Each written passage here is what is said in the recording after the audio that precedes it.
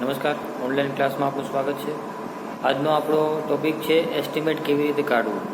Estimate કાઢવા માટે આપણે અત્યારે એક એક્ઝામ્પલ લીધું છે. સિમ્પલ સ્ટેપ એટલે કે પગથિયા આપણે લીધા છે. સૌથી પહેલાં આપણે પગથિયાનું એસ્ટિમેટ કેવી રીતે કાઢવું એ આપણે જોઈએ. તો આપણે અત્યારે આ સિમ્પલ સ્ટેપનું એસ્ટિમેટ કાઢવાનું છે. એમાં તમે જોઈ શકો છો અહીંયા 95 સેન્ટીમીટરની પહોળાઈ છે. અહીંયા જે કોન્ક્રીટિંગ છે એ 10નું છે. અહીંયા પેલું સ્ટેપ 20નું છે, 15નું છે અને આ 15નું છે. ટ્રેડ છે એ 30નું આપેલું છે. આ સેક્શન આપેલું છે. અહીંયા પ્લાન આપેલું છે. એમાં એની પહોળાઈ છે 1.8 મીટર અને આના બધા સ્ટેપ છે એની 30 સેન્ટીમીટર પહોળાઈ છે અને આ ટોટલ આખું પહોળાઈ થશે 90 સેન્ટીમીટર. એનું આઇસોમેટ્રિક વ્યૂ છે. એની અંદર તમે જુઓ તો 95 સેન્ટીમીટર પહોળાઈ અને 1.9 મીટર લંબાઈ છે. આ પહેલું જે કોન્ક્રીટિંગ છે 10 અને બાકી બધું 15નું છે. તો હવે આપણે આનું જે છે એ એસ્ટિમેટ કાઢવું હોય તો કેવી રીતે કાઢીએ? તો સૌથી પહેલાં આપણે અહીંયા લેશું એક અર્થવર્ક આવશે એનું આપણે પહેલાં એસ્ટિમેટ કાઢીએ. અર્થવર્ક ઇન એક્સકેવેશન. હવે આની અંદર આપણે આઈટમ આવશે નંગ 1 જ, બરાબર. અને લંબાઈ જે છે એ અર્થવર્ક આપણે કરવાનું છે એ આનું કરવાનું છે એટલે આ આવશે 1.90. એનું એક્સકેવેશન કાઢવાનું હોય એટલે અહીંયા આવશે આપણે 1.90. ત્યાર પછી આવશે એની પહોળાઈ આવશે અહીંયા 95 સેન્ટીમીટર એટલે અહીંયા આવશે 0.95. ત્યાર પછી કેટલી ડેપ્થ સુધી એક્સકેવેશન કાઢવાનું છે એ આપણે જોઈએ તો એ આવશે 10નું. એટલે આનો બધાનો ટોટલ તમે ગુણાકાર કરશો એટલે આવશે 0.18 મીટર ક્યુબ. આ આખું એસ્ટિમેટ કાઢવાનું આખું ફોર્મેટ છે. એ ફોર્મેટ હું તમને હમણાં છેલ્લે દેખાડીશ અને સ્ટાર્ટિંગમાં પણ એક ફોર્મેટ દેખાડેલું છે. એ ફોર્મેટ પ્રમાણે તમે એમાં સીધી આંકડા મૂકી દો અને કેલ્ક્યુલેશન કરી નાખો તો સીધું કોષ્ટક તૈયાર થઈ જાય. હવે આપણે અર્થવર્ક પછી આવશે કોન્ક્રીટ ઇન ફાઉન્ડેશન. ફાઉન્ડેશનની અંદર કોન્ક્રીટ કરવાનું છે. આ જે જગ્યા લીધી આપણે જે 1.90 અને 0.95 આ જે આખું છે એ કોન્ક્રીટિંગ કરેલું છે 10 સેન્ટીમીટરની હાઇટનું. એટલે જેટલું એક્સકેવેશન આપણે કર્યું એ સેમ વસ્તુ અહીંયા આવશે. નંગ 1 આવશે, લંબાઈ આવશે 1.90, પહોળાઈ આવશે 0.95 અને જે ડેપ્થ અથવા હાઇટ આવશે 0.10 અને જવાબ આવશે 0.18 મીટર ક્યુબ. હવે આપણે અહીંયા ત્રીજું એસ્ટિમેટ જે કાઢવાનું છે એ છે બ્રિક વર્ક. બ્રિક વર્કની અંદર આપણે અહીંયા જોઈએ તો 3 સ્ટેપ આવશે, 1, 2 અને 3, બરાબર. તો 3 સ્ટેપનું આપણે બ્રિક વર્ક કાઢવાનું છે. એટલે એ 3 સ્ટેપના આપણે પહેલું સ્ટેપ લઈએ. ફર્સ્ટ સ્ટેપ નંગ છે 1 જ પહેલું સ્ટેપ છે એટલે આનું જે એસ્ટિમેટ કાઢવાનું છે 1 નંગ છે, પછી આનું કાઢશું અને પછી આનું કાઢશું. એની લંબાઈ છે, આ સ્ટેપની લંબાઈ જો અહીંયા પ્લાનમાં તમને મળશે 1.80 અને આ પહોળાઈ છે 0.90 મીટર. તો નંગ 1 છે ગુણ્યા 1.80 એની લંબાઈ ગુણ્યા 0.90 એની પહોળાઈ ગુણ્યા આ જે પહેલું સ્ટેપ છે એ તમે જુઓ તો આ પહેલું સ્ટેપનું આવે છે 20 સેન્ટીમીટર આવે છે, બરાબર છે. બાકી બધાના 15 છે.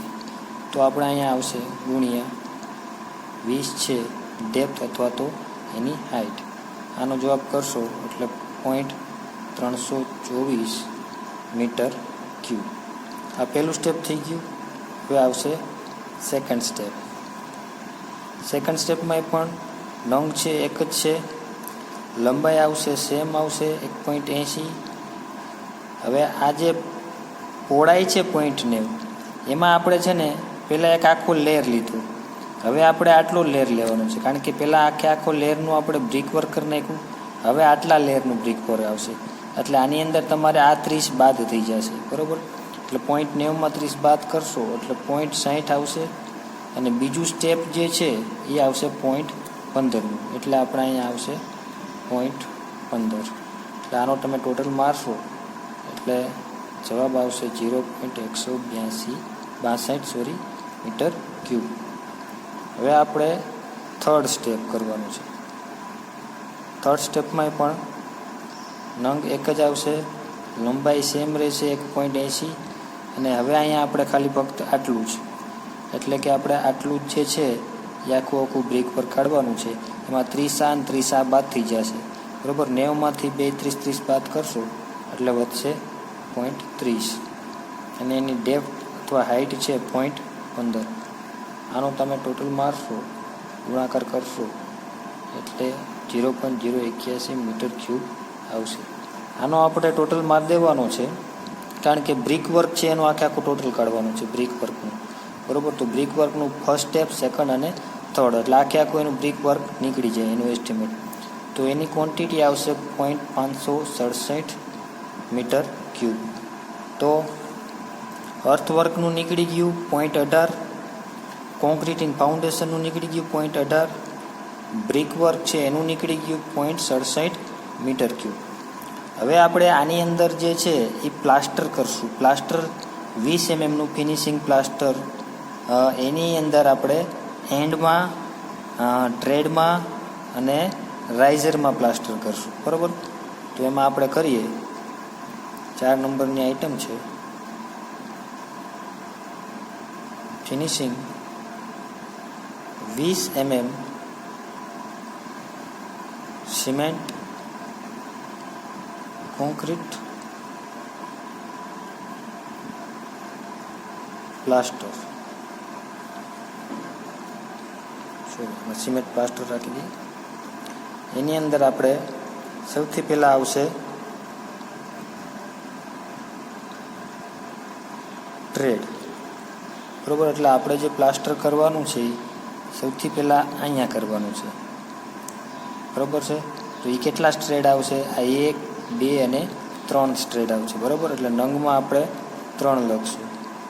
પહોળાઈ છે 1.80 એટલે ગુણ્યા 1.80.